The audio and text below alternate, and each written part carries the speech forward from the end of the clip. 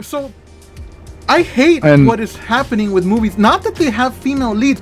I think it's a crime that they are not writing good female-led movies. A good female-led movie can be awesome. And as somebody who has studied writing techniques and storytelling and all that, it actually should be a slam dunk home run working with a female-led movie, because inherently, and I'm sorry if however this may be taken, but the fact is that pound for pound, a woman is weaker than a man.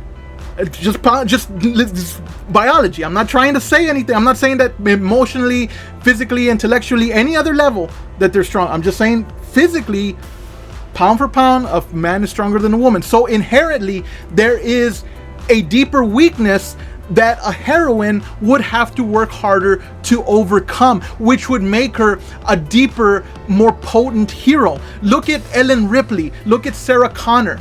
Sarah Connor was a freaking waitress, and she became a badass in the course, in the span from one movie to another. Why? Because the world she knew was coming to an end. She had to prepare. She had to protect her son. She became a badass. After seeing firsthand, the Terminator and what it could do and what was coming.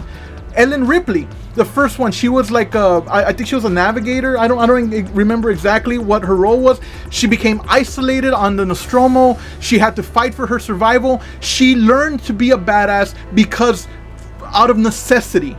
But she had to overcome her weaknesses. She had to overcome her fears. And I mean, it makes for a more... Isn't that like all heroes? Exactly. But the thing is that that's not how they're doing it.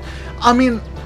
Just to give you an example, which I did watch it when it first came out, and I've already forgotten about it, the Mulan movie, the live action one.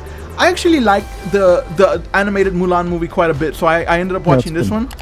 And it is true. I don't know about the other movies that they're making nowadays, but like she literally had no weaknesses. She had no flaws.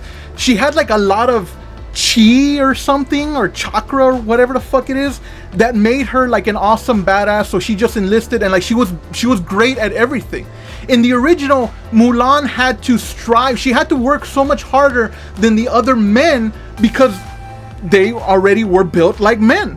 So she had to overcome. She had to think. The scene where she climbs the pole by using the weights, instead of letting them weigh her down, she uses them to her advantage. She uses her head, and then she becomes, as strong, as fast, as good as the other ones through harder work than the other ones, because she had to work so much harder. It makes her a more potent hero. But if the characters that you're writing is just, I'm a badass because I am a badass and I just have to realize that, it defeats the purpose of the hero's journey.